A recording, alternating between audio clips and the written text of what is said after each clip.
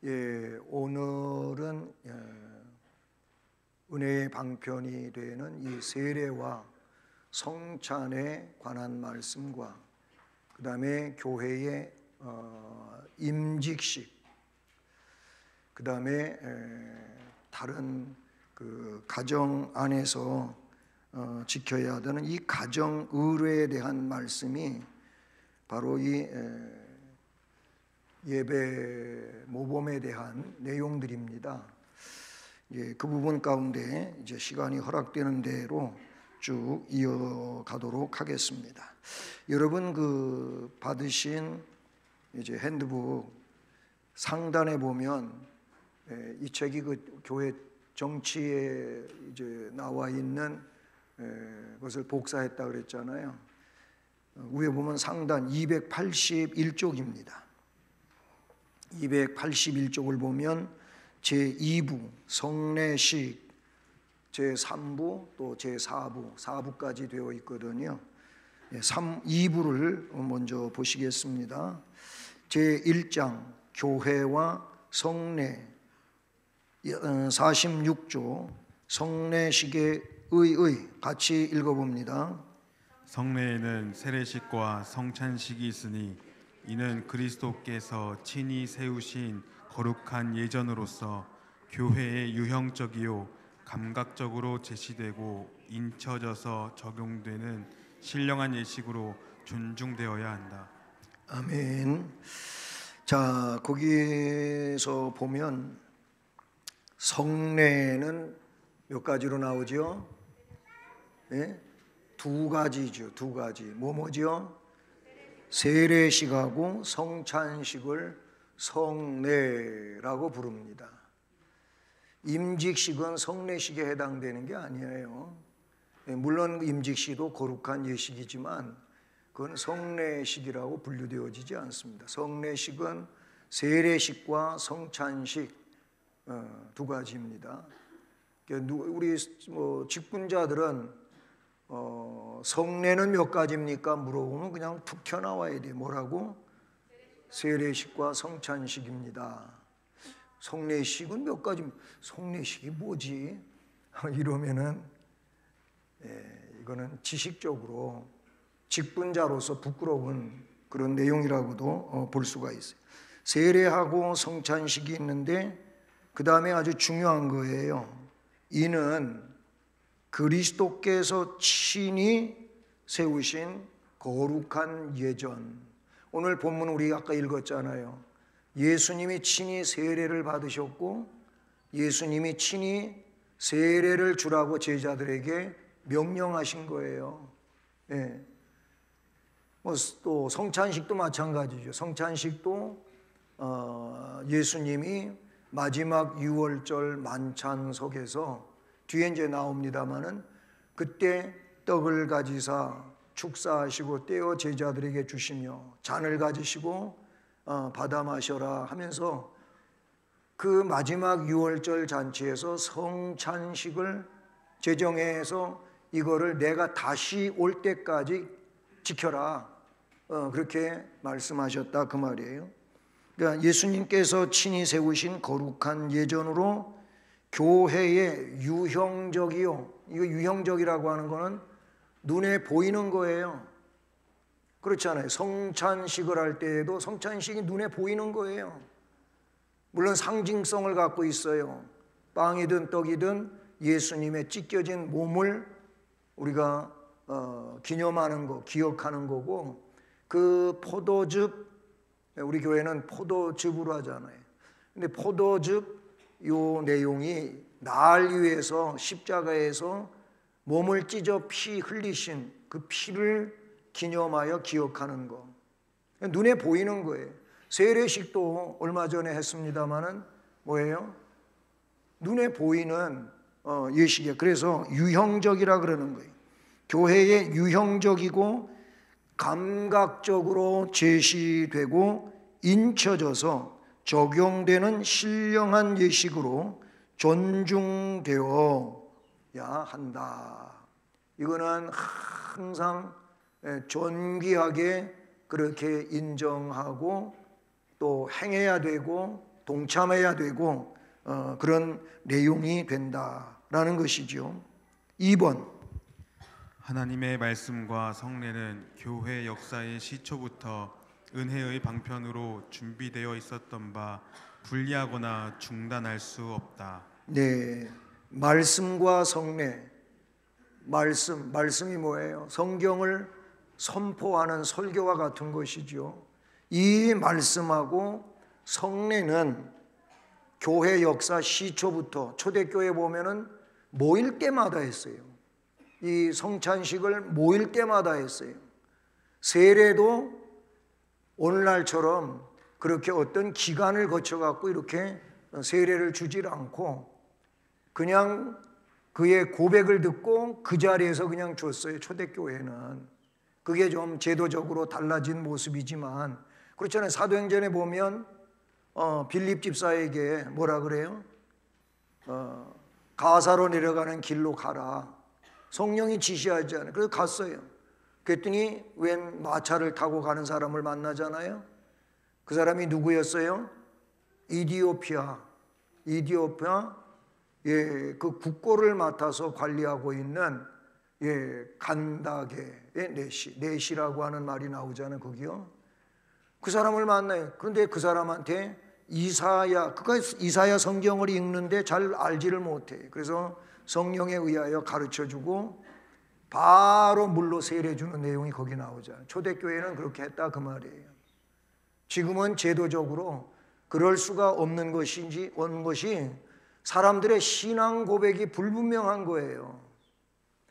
신앙 고백에 근거해서 세례를 주고 성찬에 동참시키는 건데 이게 너무 불분명한 거예요. 그래서 그 신앙 고백의 어떤 확증성을 이제 만들기 위해서 그 기간을 거치게 되는 내용이어서 제도적으로 그때와 지금의 차이점이라 이렇게 볼 수가 있어요. 교회 역사의 시초부터 이게 뭐냐? 은혜의 방편이에요. 설교도 은혜의 방편이고 세례와 성찬도 은혜의 방편이다 그 말이에요. 이게 은혜 받는 그런 통로가 된다 그 말이에요. 그렇기 때문에 이거는 분리돼서도 안 되고 중단되어서도 안 된다. 계속 주님 오실 때까지 이어져 가야 된다. 그런 얘기예요. 2장. 그러면 이제 구체적으로 세례 예식 그 다음에 성찬 예식 이렇게 보게 됐는데요. 세례 예식 47조 세례 1. 세례는 죄인이 죄 사함을 받고 하나님의 자녀가 되는 은총의 표시로서 그리스도의 보혈을 통한 죄의 씻음과 그리스도의 죽음과 부활에 참여함과 중생을 인치는 것이다. 네, 여기 이 세례에 관한 1, 2, 3, 4 이 항은 이거는 잘 기억해 둬야 돼요. 우리 세례교인들 특별히 직분자들은 이거를 잘 기억해 둬야 돼요. 근데 그 1항에서 뭐라 그래요? 세례는 죄인이 죄 사함 받고 세례는 그냥 뭐 아무나 세례를 주면 그 사람이 죄 사함을 받는다 이 말이 아니에요. 이 말이 아니고 누가 세례를 받는다고? 세례를 베풀 때 이미 설교할 때 뭐라 그랬어요? 누가 세례를 받아요? 신앙 고백이 분명한 자에게 세례를 준다 그 말이에요. 그래서 그 고백을 묻잖아요. 예수님을 구세주로 믿습니까? 천국을 믿습니까? 하나님의 창조를 믿습니까? 뭐 이런 것들을 물어본다는 그게 신앙 고백들이란 말이에요. 그래서 세례는 죄인이 죄 사함을 받고 하나님의 자녀가 되는 은총의 표시. 이거 굉장히 중요한 거. 오늘 오전 예배에도 왜 우리가 감사해야 되느냐? 우리에게는 감사의 조건이 기본적으로 있는 거예요. 그게 뭐냐면 하나님의 예정이 있고 하나님의 선택이 있고 하나님의 불러내심이 우리에게 있는 거예요. 뭐 하려고? 우리에게 영생의 이 구원을 선물로 주시려고 그거 하신 거란 말이에요. 그러니까 이게 그 누가 얻을 수 없는 받을 수 없는 하나님의 놀라운 선물을 받았으니 얼마나 감사한 겁니까? 이게 놀라운 거란 말이에요. 바로 그거예요. 그 은총의 표시로 그리스도의 보혈을 통한, 이제 다시 앞에 죄사함을 지금 설명하고 있는 거예요. 그리스도의 보혈 때문에 죄 씻음과 그리스도의 죽음, 부활에 참여함과 중생으로 인치는 거다. 여기서 중요한 거는 그리스도의 세례는 뭐예요? 죽음에도 참여하는 거고 예수 그리스도의 부활에도 참여하는 거예요. 죽어야 부활이 되는 거예요. 죽지 않으면 부활이 안 돼요.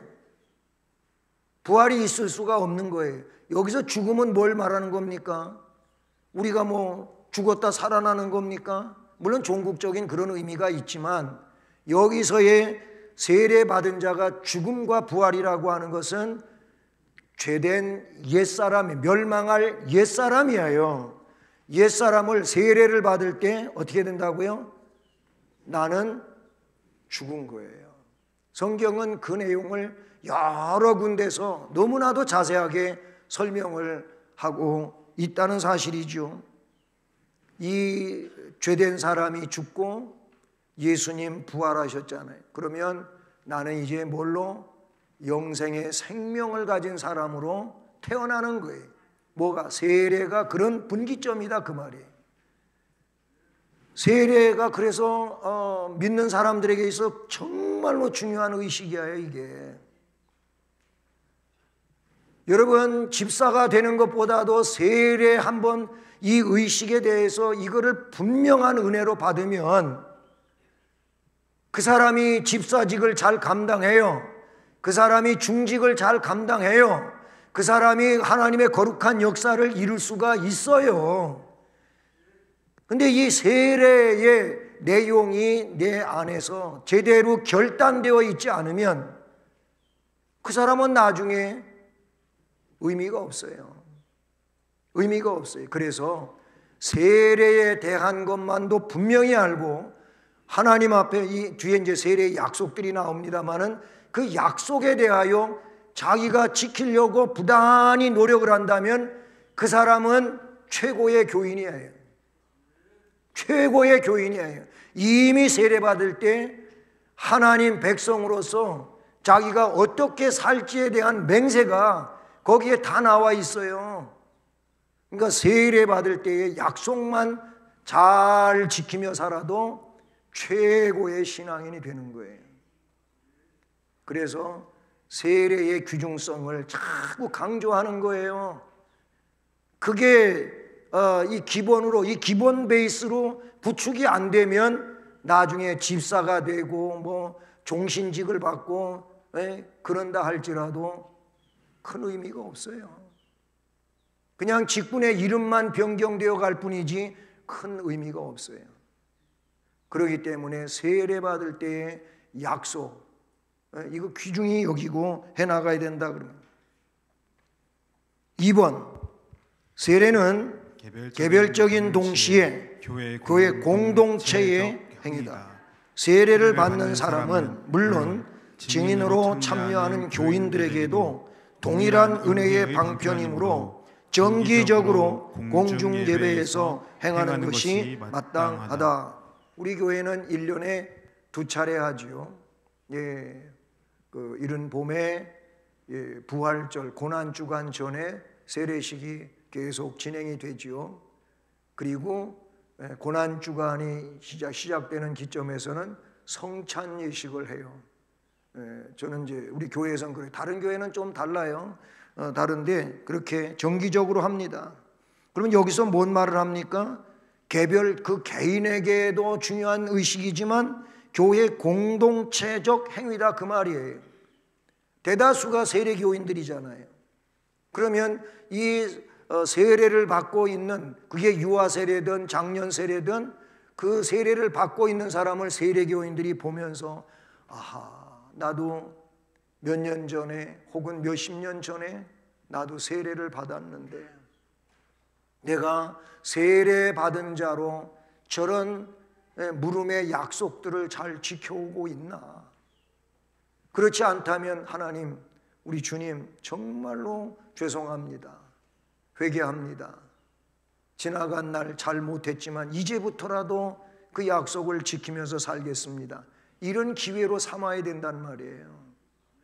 그냥 그 세례받는 사람, 그 사람 한 사람의 문제가 아니라니까는요. 이 의식을 통해서 우리가 다시 한번 그 속으로 들어가야 되는 거예요. 그 속으로 들어가서 그것이 은혜가 되게 해야 된다라는 거예요. 그러므로 우리 참여하는 자들은 그걸 보면서 나의 세례 그 예식 때의 결단과 감동을 다시 떠올려야 돼. 그걸 떠올려야 돼요. 캐캐 묵은 것이라고 생각지 말고 그것이 지금 나를 깨우치고 다시 일으켜 세우고 감동 속으로 나아가게 그렇게 해 주어야 된다라는 겁니다. 3. 세례를 받음으로 그리스도와 연합하여 자기 자신은 완전히 죽고 예수 그리스도 안에서 새로운 생명을 얻었음을 선포하는 것이다. 앞에 이미 말씀한 부분에 그 죽음과 부활이라고 하는 1항에서 나왔던 내용이 다시 구체적으로 나오는데요. 세례를 받음으로 뭐 한다고요? 그리스도와 연합을 이루는 거예요. 내가 주님 안에, 주님이 내 안에, 그래서 주님과 나가 하나가 된다 그 말이에요. 연합을 해서 자기 자신은 완전히 죽고 내 안에 그리스도가 사는 거예요.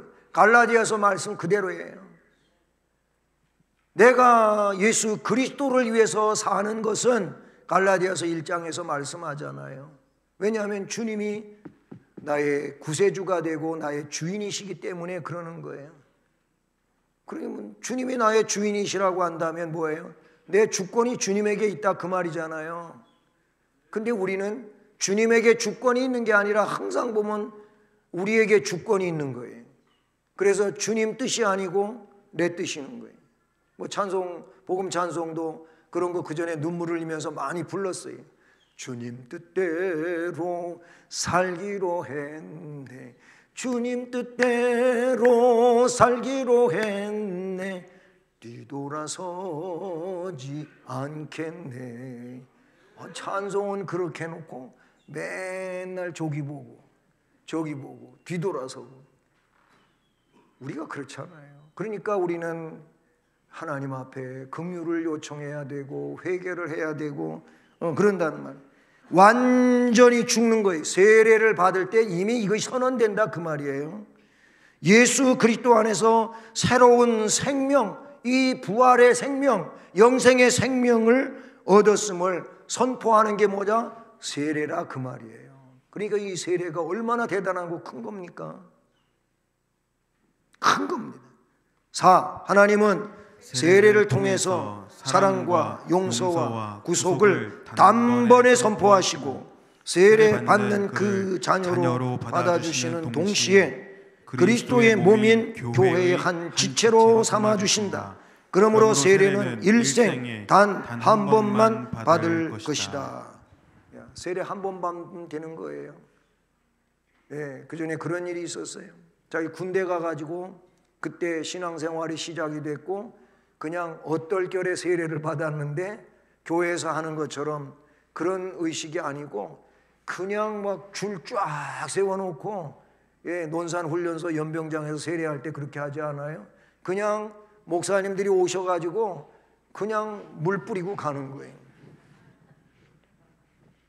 그렇게 세례를 자기는 받았다는 거예요. 그래가지고 나 세례 정식으로 받고 싶다고. 그때 그거 한 번만도 고백이 분명하면 괜찮은 거라. 지금 고백이 중요한 거다. 그리고서 그 세례를 그냥 인정하라. 이렇게 제가 말한 적이 있어요. 여러분, 내가 감동 못 받은 세례식이니까 감동받는 세례식을 하고 싶다고 그런 분들이 없잖아 있는데 그게 그렇게 큰 의미가 아니에요. 지금 나의 고백이 어떤 것이냐 중요하다라는 거예요. 자, 그러면 이제 세례의 분류가 있어요. 유아 세례가 있고 장년 세례가 있고 그런 세례가 있어요. 3장 유아 세례 48조 구약 시대에 어린아이에게 할례를 베풀어서 은총의 언약 아래 있게 했던 것처럼 신약 시대에는 예수께서 세우신 새 언약에 들어가는 표인 세례를 어린아이에게도 베푸는 것은 합당한 일이다. 아멘. 자, 여기 구약 시대가 나오잖아요.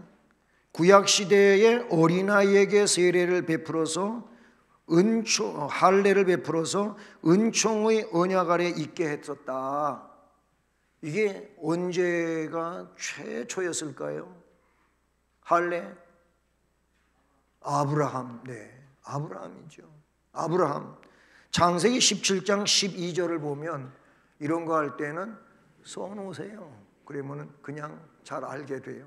창세기 17장 12절을 보면 거기 이런 말씀이 나와요. 제가 읽어드릴게요. 너희 대대로 모든 남자는 집에서 난 자나 또는 너희 자손이 아니라 이방 사람에게서 돈으로 산 자를 막론하고 난 지 며칠 만에 8일 만에 뭐하라? 할례를 받을 것이라. 이런 말씀이 나와요. 아브라함에게 하나님 명령해 주신 거예요. 예, 하나님이 창세기 17장에 아브라함에게 다시 나타나 가지고 후손에 대한 언약을 하시면서 지금 말씀하신 내용인데, 창세기 그 17장 12절은 난지 8일 만에 그랬어요. 창세기 17장 24절에 그래서 아브라함은 그때 벌써 이제 99세잖아요. 그 자기는 99살 때 그때 할례를 자기에게 시행했어요. 그리고 이삭보다 먼저 13년 먼저 태어난 이 이스마엘 13살 때 창세기 17장 25절에 이스마엘 할례시켰어요. 그리고 이제 아브라함이 100세 돼 가지고 이삭을 낳잖아요. 창세기 21장 4절을 보면 이삭은 그러면 제대로 했을까요? 안 했을까요? 제대로 했으니까 물어보잖아. 하나님이 아브라함에게 난지 8일 만에 할례를 베풀어라 그랬으니까 이제 99세에 그런 일이 있었다 그랬잖아요. 그 다음 해에 이삭이 태어났어요. 그래서 창세기 21장 4절을 보면 이삭은 난지 8일 만에 할례를 했어요. 레위기 12장 3절을 보면 거기도 이제 여인이 아이를 낳은 이후에 정결 예법을 설명하는 그런 말씀으로 쭉 이어져 가면서 그 레위기 12장 3절에서 아이를 낳았으면 남자아이를 낳았으면 8번째 날에 그 아이의 포피를 벨 것이요 이렇게 말씀하고 있는 것을 우리가 볼 수 있어요. 누가복음 2장 21절에 보면 예수님이 할례 받은 일이 거기 나와요. 할례할 8일이 되매 그 이름을 예수라 하니, 그러니까 예수에게 할례를 행하고 말씀해 주신 대로 마태복음 1장 21절에 말씀해 주신 대로 이름을 예수라고 부르게 됐다. 예수님도 난지 8일 만에 할례를 받았어요. 그 말을 얘기하는 거예요. 이게 구약에는 그렇게 할례를 행해 왔어요. 예, 그러는 것처럼 신약에 와가지고 뭐라고? 예수께서 세우신 새 언약에 들어가는 표인 세례를 어린아이에게도 베푸는 것이 합당한 일이다.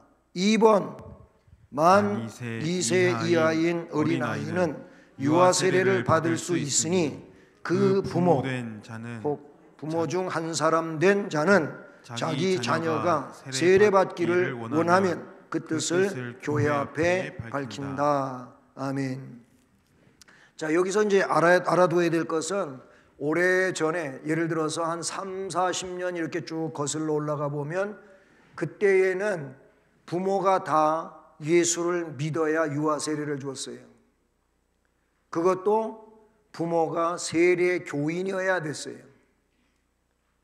그러는 것이 이제 자꾸 세월이 흘러오면서 혼자 예수를 믿는 뭐 엄마든 아빠가 혼자 예수 믿는 집은 좀 드물죠. 있기는 있는데 어쨌든 한 사람만 예수를 믿고 세례를 받은 사람이라면 그 아이에게 세례를 줄 수 있다. 우리 교회법은 그렇게 하고 있습니다. 3번 교회는 그 부모를 당회 앞에 불러서 어린아이를 성실하게 믿음으로 양육할 것과 성경의 도리를 가정에서 가르칠 것을 권면하고 다짐하는 문답을 한다. 네, 그래서 유아 세례를 받기 위해서 아이에게 유아 세례를 주기 위해서 이제 부모가 나와서 서약을 하고 그렇게 하자는 신앙 고백을 들어보자. 그래서 그분들에게는 제가 그런 조항들을 가지고 묻고 하지요. 정말 이 아이를 신앙적으로 잘 키워가려고 그렇게 생각하십니까? 이거를 제가 물어보는 거예요. 본인들이 예수를 믿어야 구원받는 것처럼 이 아이들도 예수를 믿어야 구원받는 것을 알고 그렇게 예수 잘 믿도록 지도하고 가르치겠습니까? 이런 거를 물어본단 말이죠. 예. 49조로 넘어갑니다. 부모님에게 서약하는 거, 세례를 주기 전에 부모의 서약. 세례 베풀기로 정한 날에 유아 세례에 관한 교훈과 목적에 대하여 설명한 후에 부모에게 다음과 같은 질문에 예라고 대답함으로 서약하게 한다. 네, 그러니까 이를테면 어제 토요일 날 문답을 했어요. 그러면 이제 주일이 돼서 오늘 당일날 세례 주는 날이 된 거예요. 그때 어떻게 한다고요? 유아 세례에 관한 교훈, 목적에 대하여 설명을 하고 부모에게 다음과 같은 질문에 예라고 서약할 수 있게 한다. 그 말이. 자, 1항. 이건 여러분이 그 세례를 줄 때 많이 들어보신 내용이에요. 1. 그대는 이 아이가 예수 그리스도의 피로 씻음과 성령의 새롭게 하는 은혜의 필요를 인식합니까? 네, 이게 중요한 거예요. 이렇게 인식하냐 이거예요. 네, 그러면 뭐라고 답해요? 예, 그렇게 인식합니다. 2. 그대는 이 아이도 주 예수 그리스도를 믿음으로만 구원 얻는 줄로 믿고 이 아이를 위하여 하나님의 언약의 허락을 앙모하겠습니까? 네. 3. 그대는 이 아이를 지금 온전히 하나님께 바치며 겸손한 마음으로 하나님의 은혜를 의지하며 친히 경건한 모범을 이 아이에게 보이기를 힘쓰며 이 아이를 위하여 기도하며 이 아이와 함께 기도하겠습니까? 4. 우리 거룩한 교회의 교리와 생활을 이 아이에게 가르치며 이 아이를 주님의 교양과 훈계로서 양육하기로 서약합니까? 네. 자, 뭐 쭉 다 이제 귀중한 문항들이고요. 4번을 보면 우리 거룩한 교회의 교리, 생활을 이 아이에게 가르치며, 그러니까 부모가 아이의 신앙에 선생님이 되어야 되고, 그리고 이 아이의 신앙을 책임지고 끌고 가야 돼요. 이게 유아 세례를 받게 하는 부모의 신앙적 내용이 된다 그 말이.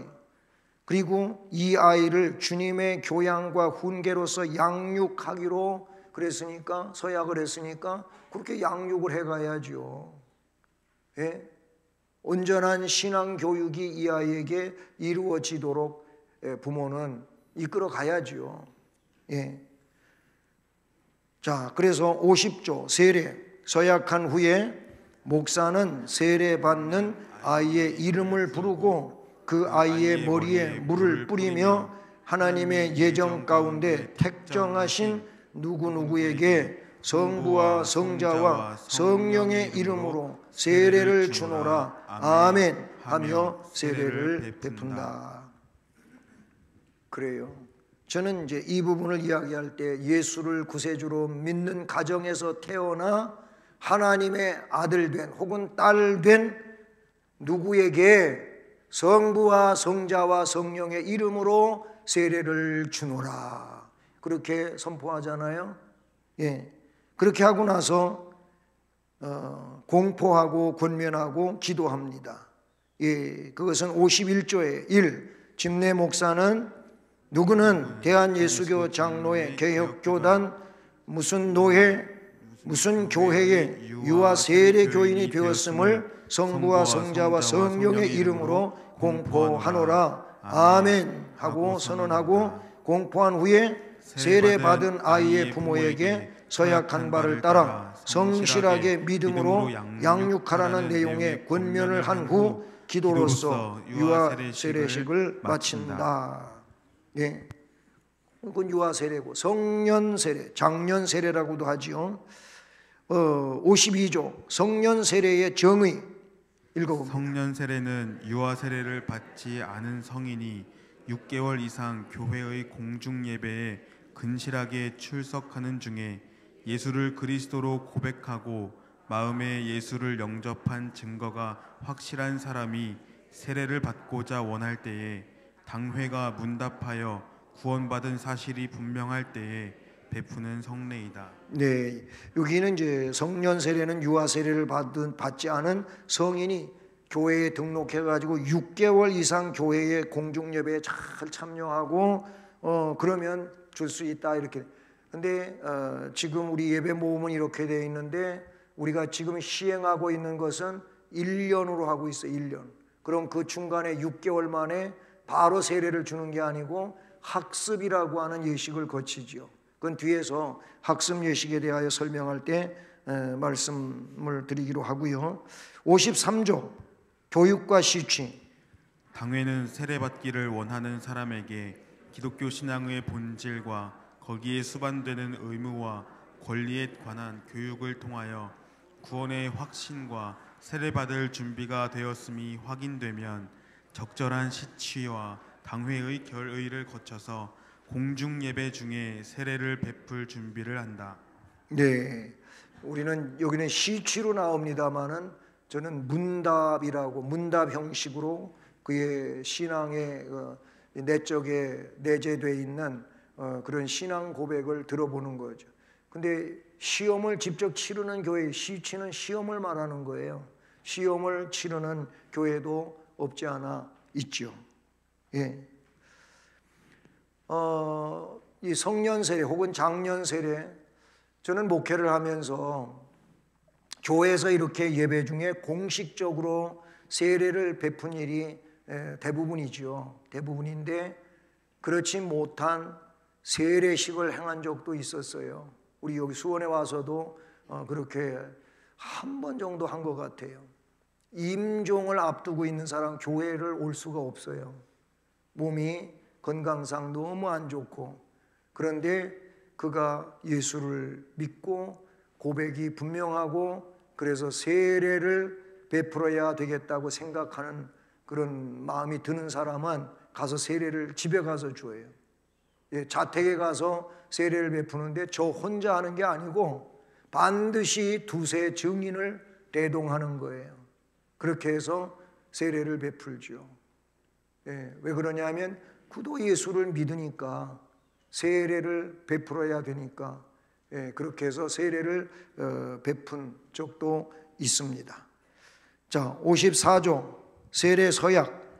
목사는 세례 베풀기를 정한 날을 교회 앞에 광고하여 준비하게 하고 그날에 목사는 회중들에게 세례의 의미와 세례 예식에 대하여 교훈하고 시취에 합격한 자를 호명하여 회중 앞에 세운 후에 다음 질문에 예라고 대답하여 서약하게 한다.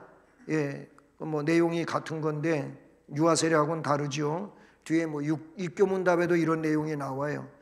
그래서 한 번은 읽어보겠습니다. 1. 그대는 하나님 앞에 죄인인 줄 알며 당연히 그의 진노를 받을 만하고 그의 크신 자비하심에서 구원 얻을 것 밖에는 소망이 없는 자인 줄로 믿습니까? 2.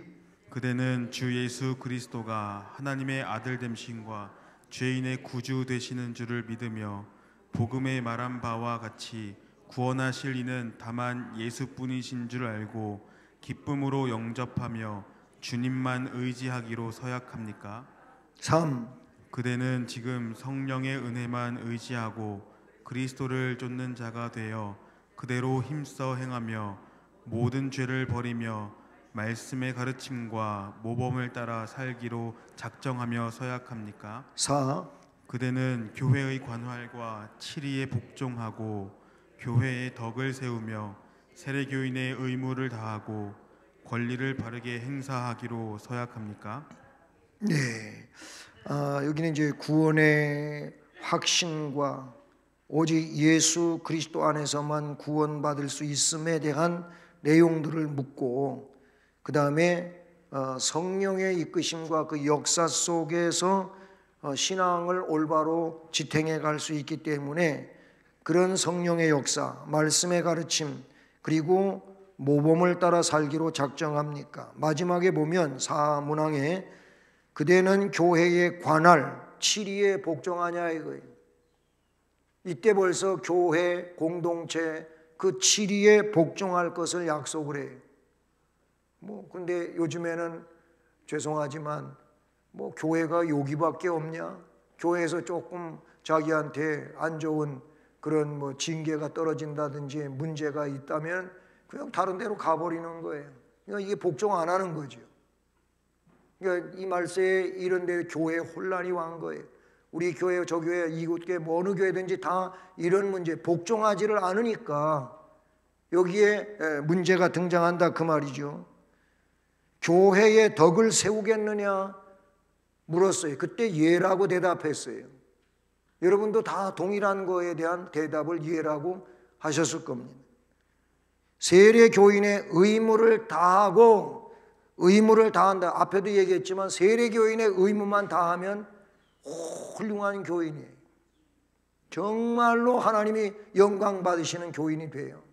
근데 세례 교인의 의무를 안 지키는 거예요. 거기에는 주일의 거룩성, 그 다음에 성도의 모범된 생활, 그리고 교회의 헌금 생활, 봉사 생활, 이게 세례 교인의 의무로 따라오는 거예요.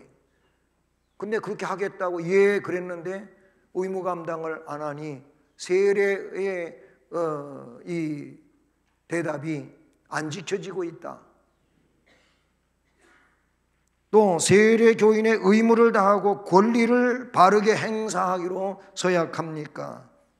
예 했으니 이제부터라도 잘할 수 있기를 바랍니다. 네, 그 이하는 똑같은 내용이니까 지나갑니다. 5장 입교 예식과 학습 예식, 57조 입교 예식의 의의.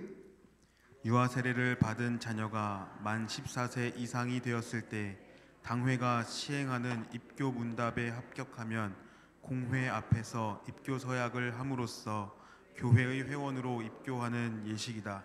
네, 입교 문답은 세례 문답하고 같습니다. 그 내용이 입교 문답은 따로 있는 게 아니고 이 아이가 자신의 고백이 없었잖아요. 부모님의 고백에 의해서 어릴 때 만 2세 이하에서 유아 세례를 받았기 때문에 이 아이가 자기 고백은 없었던 거예요. 그러니까 이제 성인이 되었으므로 이 아이의 직접적인 자기 고백을 확인하고 다시 세례를 주는 게 아니고 그 유아 세례를 그냥 세례로 인정하고 이제 이 입교 예식을 거쳐서 정식 교회 회원으로 받아들이는 이 절차가 바로 입교 예식의 의의가 된다라는 겁니다. 그건 그냥 넘어갑니다. 입교 서약도 넘어가고 61조 가서 288조 학습 예식. 1. 학습은 신앙의 도리를 바르게 이해하고 성경적인 신앙 안에서 성장하며 사이비 교리나 이단 사설에 미혹당하지 않도록 교육하여 세례 받을 준비를 시키는 과정이다. 그러니까 세례 교인답게 고백을 하고 세례를 받을 수 있도록 준비시키는 과정을 우리 장로교회의 학습 기간으로 이렇게 두게 되었다는. 그래서 예수 믿은 지 신실하게 예수를 믿어 6개월 만에 학습을 주고 또 학습 받은 지 6개월 동안 교회 생활을 잘하면 6개월 후, 즉 1년이 되면 세례를 받을 수 있는 이런 상황이 된다라는 겁니다. 2. 학습 예식은 만 14세 이상인 교인이 교회 출석 6개월 이상이 되고 신앙이 독실하여 당회의 시추를 받고 공동 예배 시간에 회중 앞에서 서약함으로 학습 교인이 되는 예식이다. 문항은 넘어갑니다. 이제 6장에 가서 성찬 예식. 성례는 몇 가지라 그랬죠? 그게 뭐지요? 세례와 성찬. 교회의 성례는 두 가지, 세례와 성찬입니다. 그 두 개 중에 하나, 6장 성찬 예식. 성찬 예식은요, 성경의 마태복음 26장 26절로 28절에 예수님이 제정하신 내용이 됩니다. 우리 마태복음 26장을 찾아보시겠습니다. 마태복음 26장 26절 26절부터 28절까지 같이 읽어봅니다. 시작. 그들이 먹을 때에 예수께서 떡을 가지사 축복하시고 떼어 제자들에게 주시며 이르시되 받아서 먹으라, 이것은 내 몸이니라 하시고 또 잔을 가지사 감사 기도하시고 그들에게 주시며 이르시되 너희가 다 이것을 마시라. 이것은 죄 사함을 얻게 하려고 많은 사람을 위하여 흘리는 바 나의 피 곧 언약의 피니라. 유월절 만찬 속에서 거기에 다 뭐가 있어요? 유월절 떡도 있고 그 다음에 포도즙도 있었다면 그걸 가지고 이제 첫 번 성찬 예식을 행하시면서 이렇게 내가 다시 올 때까지 계속 이 예식을 하라, 그렇게 제정하여 가르쳐 주셨습니다.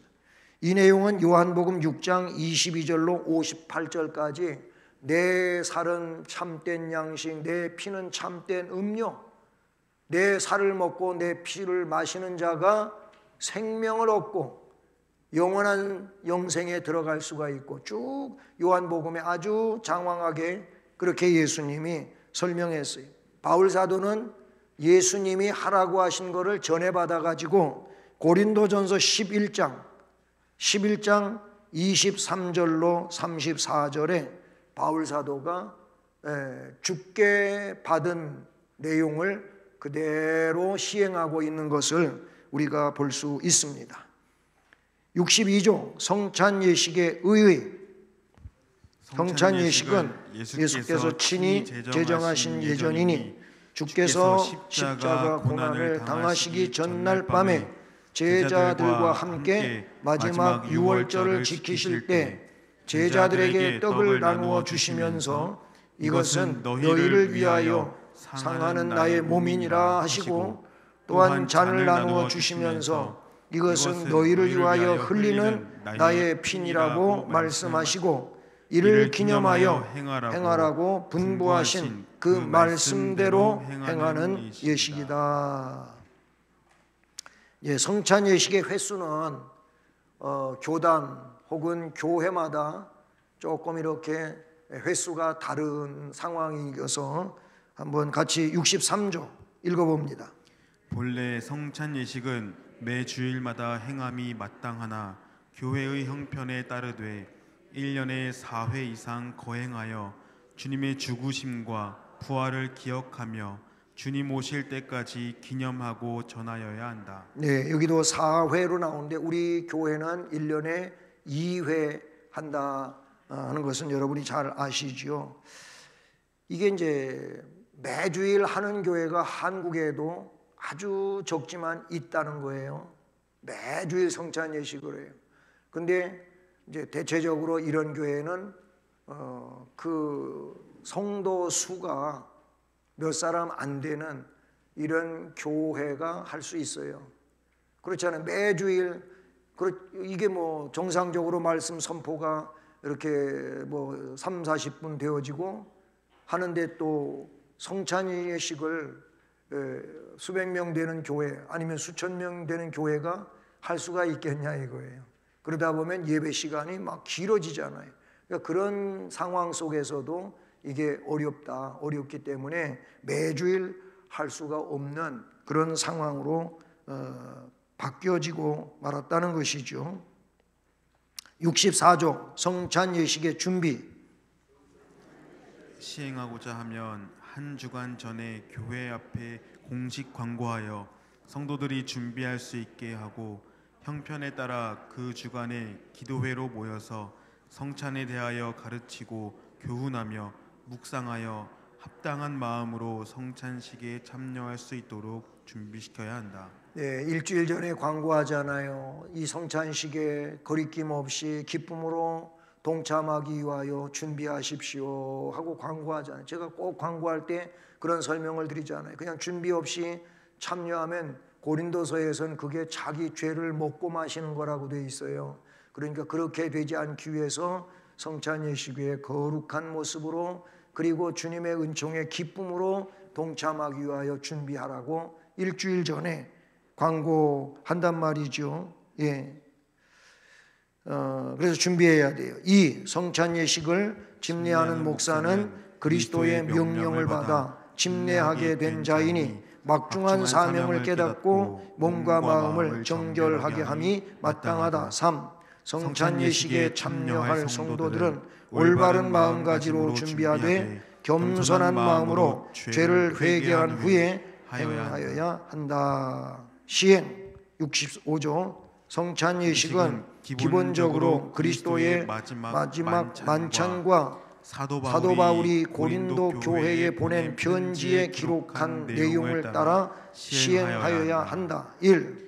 집례 목사는 성경 강론을 통하여 성찬의 의의를 밝히 알므로 교인들이 회개하여 깨끗한 심령으로 참여케 하되 성령을 거스르고 교리를 모르는 자와 아직 입교하지 않은 교인, 죄를 회개치 않은 교인은 성찬에 참여하지 않도록 주의를 환기해야 한다. 2. 집례 목사는 말씀을 선포한 후에 이는 그리스도께서 세우신 예식이라고 선언하고 복음서나 고린도서에 기록된 예식에 관한 말씀을 봉독하고 설명함으로 성찬의 실제 유익함에 대하여 말하여야 한다.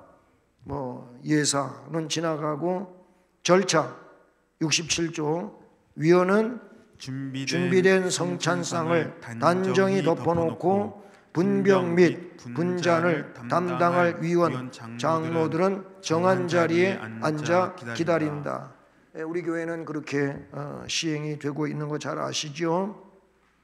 근데 이 성찬을 준비하는 거를 우리 권사회가 이렇게 권사회에 일임을 해서 하도록 하지요. 그런데 별 그런 일이 없었는데 지난번 성찬 준비에 조금 잘못이 있었어요. 예, 그래서 나중에 제가 앞으로는 절대 그렇게 하지 마십시오 그랬는데 이게 토요일 날 이른 아침에 이거를 준비를 하신단 말이에요. 저는 그걸 몰랐어요.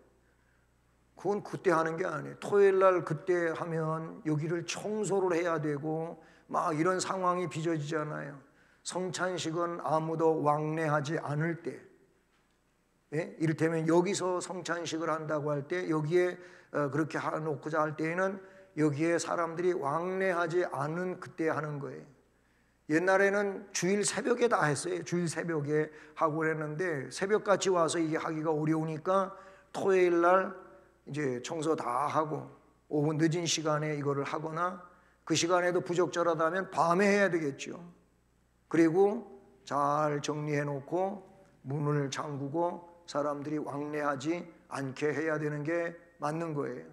근데 지난번에 그렇게 못 해가지고 조금 제가 다시 잘 하실 것을 말씀을 드린 바가 있는데 왜 그러냐면은 이거는 말 그대로 음식이에요, 음식. 예? 예. 이 빵도 혹은 떡도 그렇고 포도즙도 그렇고 사람들이 먹는 음식이잖아요. 근데 여기에 한 해 하나라도 문제가 생기면 안 되잖아요. 그래서 그런 거를 근거해 가지고 사람들이 접근하지 않는 그런 시간에 만들어 놔야 된다라는 거예요. 그래서 위원들은 준비된 성찬상을 단정하게 덮어놔야 되고, 분병 및 분잔을 담당할 위원들은 장로님들인데 정한 자리에 앉아 기다린다. 떡과 잔의 성별, 집내 목사는 감사의 기도로서 떡과 잔을 성별한다.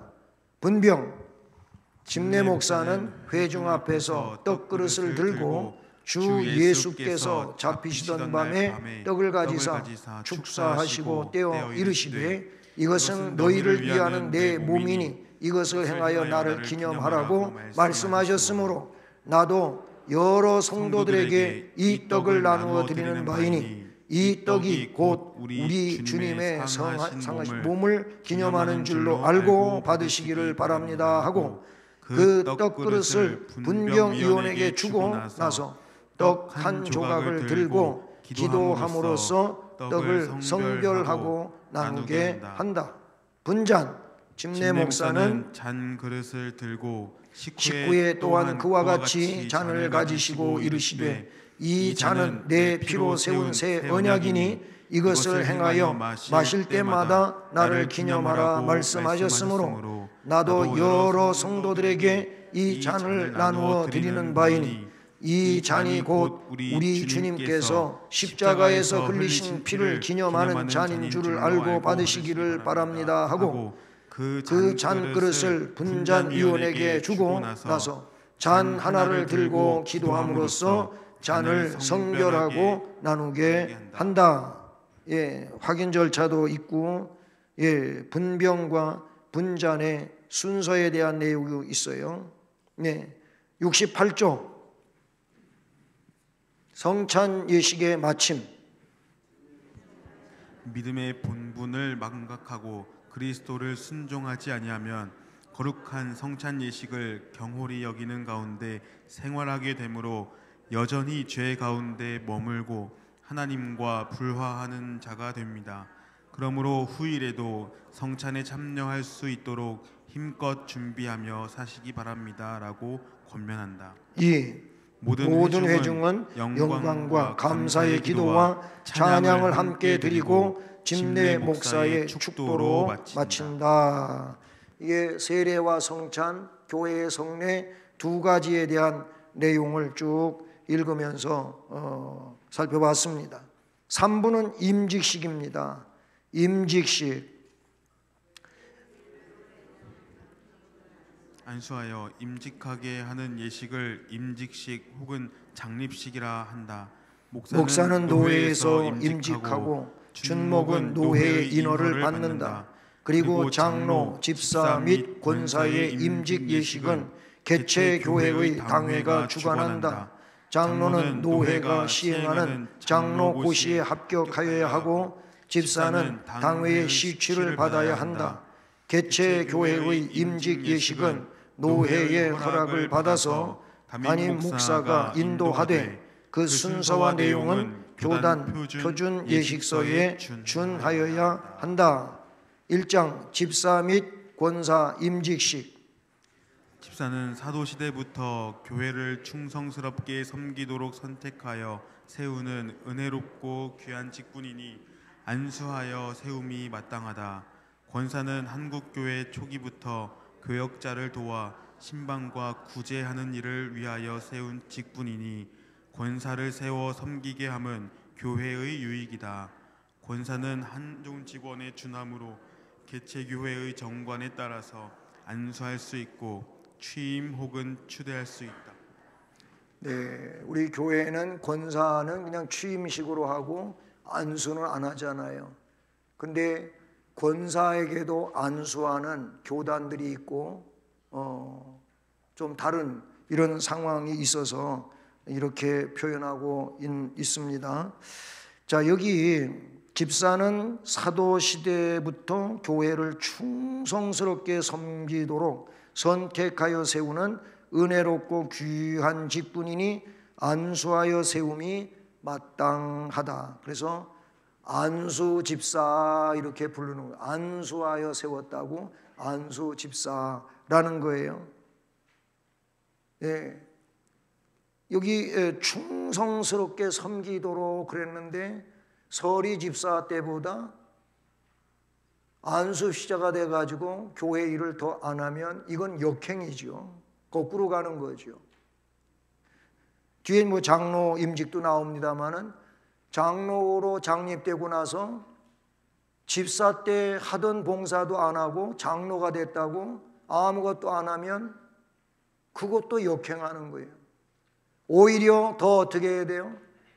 지난 날보다 더 열심히 일해야 되는 게 맞는 거예요. 주를 위해서. 왜냐하면 더 중대한 직분을 하나님께로부터 받았기 때문에 그러는 거예요.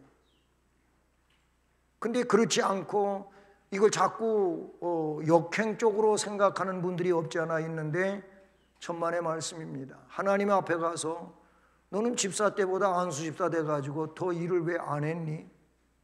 왜 안수 집사 때는 일을 잘했는데 장로 때는 왜 일을 안 했니? 여러분 뭔 말을 하실 겁니까? 권사님들도 마찬가지예요. 이거는 절대 계급이 아니고 충성도에 대한 내용들이에요. 더 충성하라고 세우는 거다 그 말이에요. 예. 임직 서약을 한번 읽어봅시다.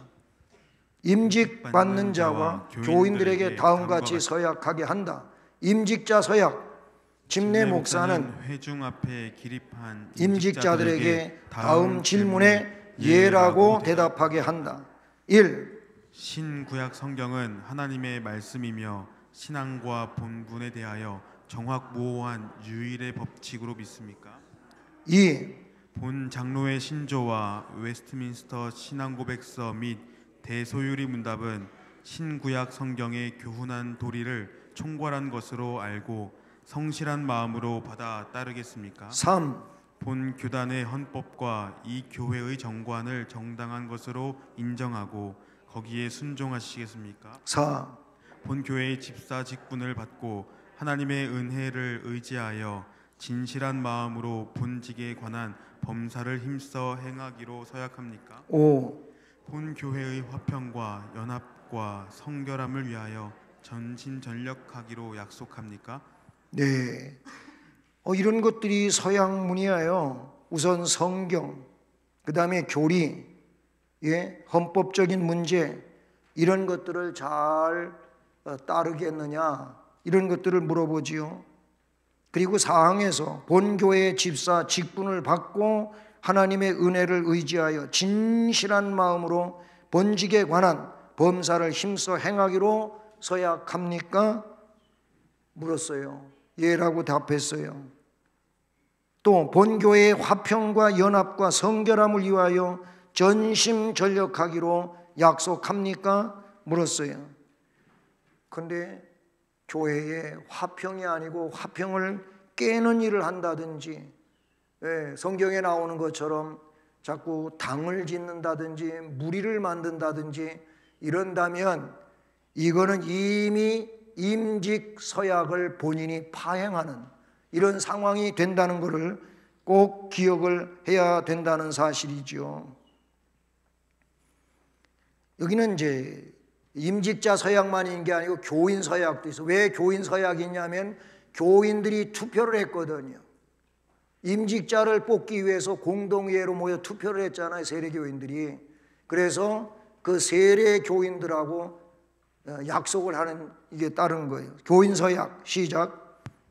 교회 교인들을 기립하게 한 후에 다음과 같은 질문에 예라고 대답하게 한다.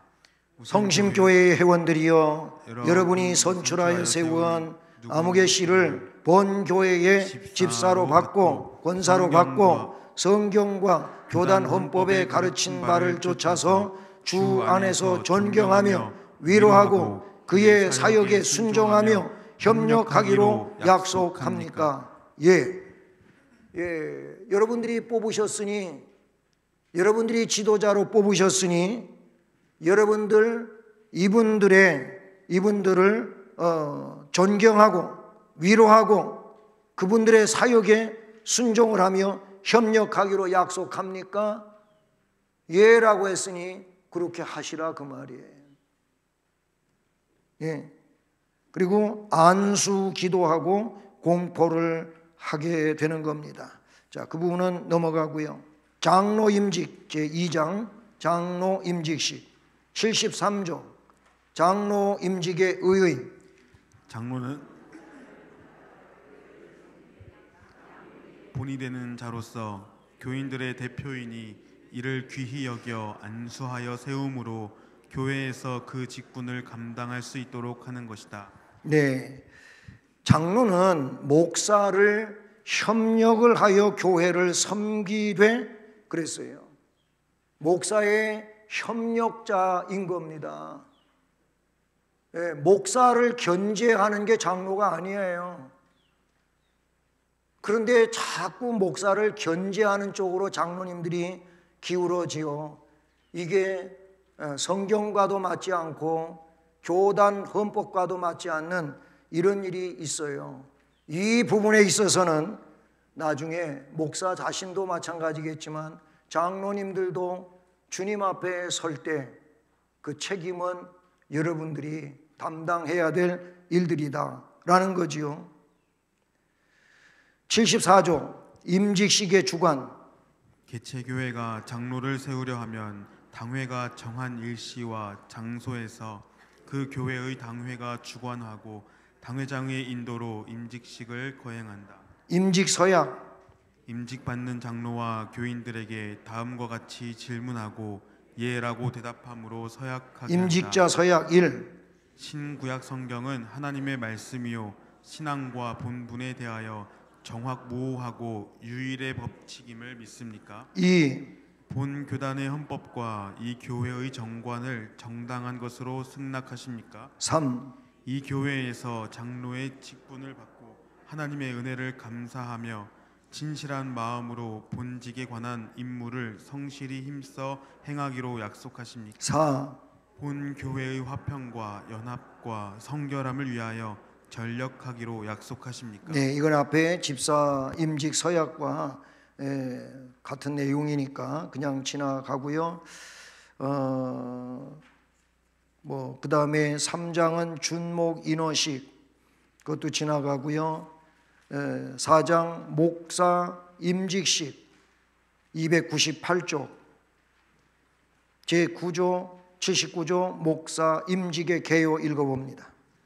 목사는 주께서 친히 세우시는 말씀의 사역자이니 목사의 임직 정치 제5장 제26조 목사의 자격을 구비한 자가 노회가 시행하는 목사 고시에 합격하고 개체교회 기관 혹은 노회의 청빙을 받은 준목에게 안수하여 목사로 임직하는 예식인즉 본 교단의 포준 준하여 질서 있게 거행하여야 한다. 네.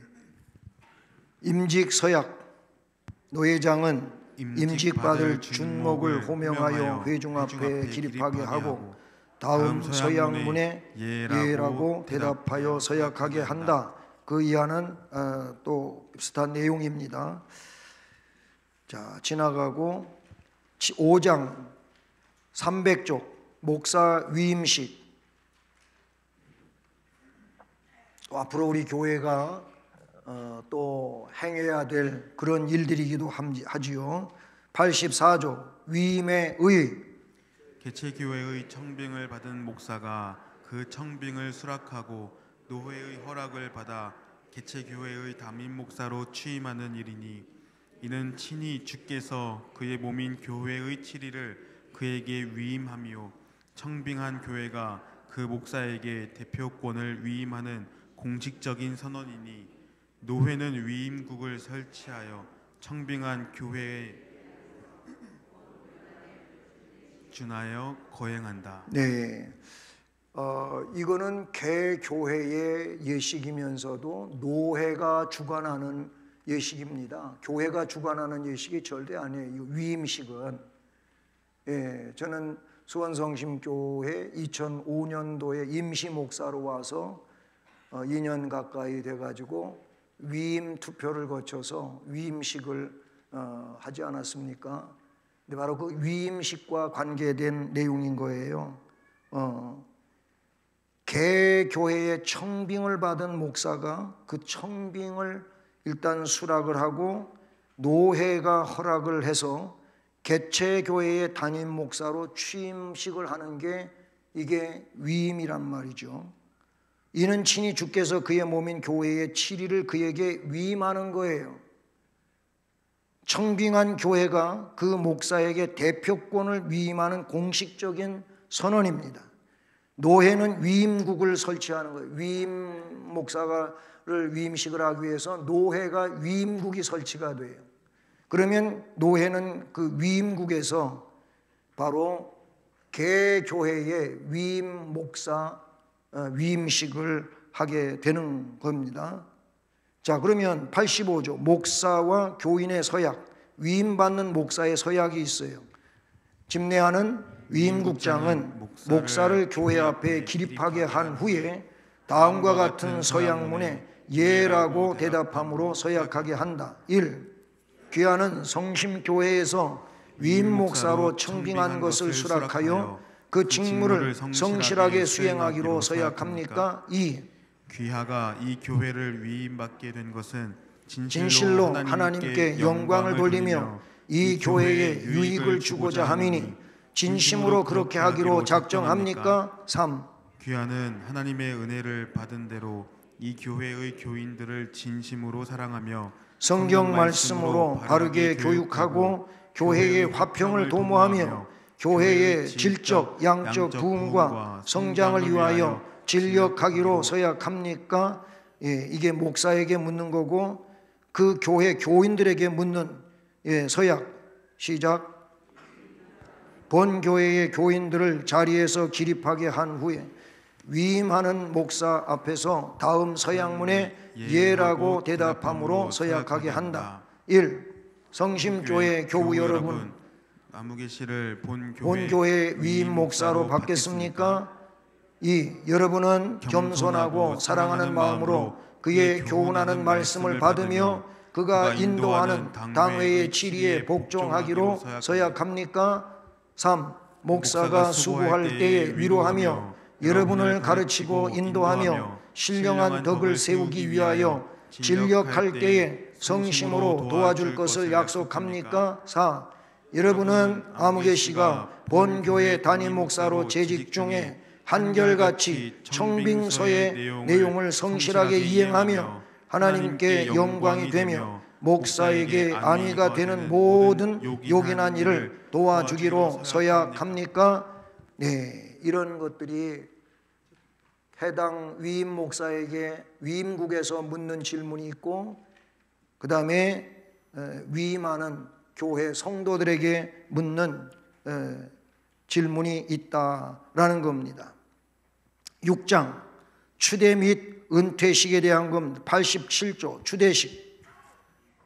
목사 혹은 장로가 한 교회에서 20년 이상 사역하고 퇴임하려 할 때 그 교회의 원로 목사, 원로 장로로 예우하기로 공동의회에서 결의된 경우와 한 노회의 회원으로서 20년 이상 시무한 목사 혹은 장로를 그 노회의 공로 목사, 공로 장로로 추대하기로 노회에서 결의된 경우에 그들의 노고를 치하하며 공덕을 기리는 예식이니 그 예식은 교단의 표준 예식서를 따라 거행하여야 한다. 자, 여기서 이제 목사도 그렇고 장로도 그렇고 한 교회에서 20년 이상 이렇게 사역을 하게 되면 퇴임을 할 때 그분을 원로 목사로 원로 장로로 추대를 하는 거예요. 예를 들어 우리 김수근 장로님은 20년이 넘으셨어요. 그러니까 교회의 원로 장로가 되시는 거예요. 장로 돼서 몇 년 안 돼 가지고 이제 연령에 따라서 은퇴를 하면 그냥 은퇴 장로가 되는 거예요. 이게 다른 호칭이죠. 우리 교회 정관을 보면은요, 교회 정관 4장 16조 1항 거기에 보면 항존 직원의 시무 연하는 만 70세이다. 여기서 항존 직원은 목사, 장로, 집사, 권사를 두고 말합니다. 물론 집사는 안수 집사를 말하는 것이고 권사는 시무 권사를 말하는 겁니다. 이들을 항존 직원이라고 부르는데 만 70세. 교단 정관, 교단 헌법이지요. 4장 22조 3항을 보면 항존 직원의 정년은 만 75세가 된 해에 생일까지로 한다. 우리 교회 정관하고 우리 교단 헌법하고는 이렇게 차이가 있어요. 예, 차이가 있는데 저는 어쨌든 당회의 회의 속에서 우리 교회 정관을 따라서 만 70세에 은퇴를 하는 것으로 그렇게 당회에서 정해졌습니다. 이래서 내년에는 교회가 여기에 따라서 이제 이 절차를 밟아가야 되는 이런 상황에 놓여 있다. 그렇게 여러분 아셔야 됩니다. 예, 무슨 얘기를 하고자 하는 것이냐면은 저는 이제 2005년도 1월 달에 부임을 했어요. 그리고 얼마 전에 제가 그냥 저는 그런 거 하는 거 원하지 않는데 나름대로 교회에서 주일날 이제 생일 음식을 만들고 하면서 칠순이라고 하는 잔치가 있었는데 제가 이제 24년도 생일이 되면 만 70이 되는 거예요. 그러면 그때로부터 2025년 1월 달이 돼야 되는데 제 생일하고 그때의 상황에는 몇 개월이 부족한 거예요. 20년에 대한 몇 개월이 부족한 거예요. 그러나 고맙게도 당회에서는 그냥 몇 개월 모자르는 걸 그냥 원로 목사로 인정하고 원로 목사의 예우로 그렇게 절차를 밟아가는 걸로 그렇게 했습니다. 물론 이거는 공동의회에서 여러분들이 추대를 해야 되는 그런 입장에 놓여 있는 내용이 되는 것이죠. 예, 그 점은 여러분이 앞으로 교회가 진행시켜 가야 될 일이기 때문에 이 자리에서 세미나를 하면서 말씀을 드리는 것이 오히려 더 좋겠다, 이런 판단을 제가 세운 겁니다. 자, 그 다음에 88조 은퇴식이 있습니다. 읽어봅니다. 정년이 되었거나 연로함으로 인하여 계속 심호할 수 없는 목사나 장로의 퇴임을 위로하며 격려하고 사역하는 동안의 공덕을 기리고 은퇴 이후의 삶을 축복하는 예식이니 당회의 결의에 의하여 당회가 주관하되 본 교단의 표준 예식서에 준하여 질서 있게 거행하여야 한다. 여기 은퇴식은 뭐예요? 아무나 다 은퇴식이 되는 게 아니고 안수 집사와 시무 권사 또는 장로 아니면 목사, 이런 분들에 대한 은퇴식을 말하는 거. 서리 집사 이런 분들, 명예 권사님 아니면 협동 권사님, 이런 분들의 은퇴식을 말하는 게 아니에요. 교회 은퇴식 하면은 이처럼 목사, 장로, 안수 집사, 시무 권사, 이런 분들에게 이제 우리 교회 정관이 만 70으로 돼 있으니까 내년에는 이 이상 되는 그 만 70 이상 되는 분은 다 은퇴식을 갖게 될 겁니다. 4부는 가정 의례에 대한 건데 이것은 여러분이 읽어보시기를 바랍니다. 자, 이렇게 해서 오늘 강의는 모두 마치게 되었습니다. 시간도 많이 벌써 흘러갔네요. 우리 찬송하시겠습니다.